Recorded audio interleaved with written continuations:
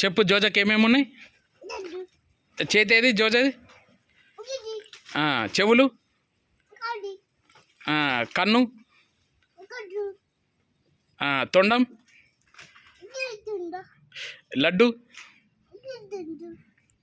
పాదాలు, కింద కింద కాళ్ళు, కాళ్ళు, చేతులు, తల,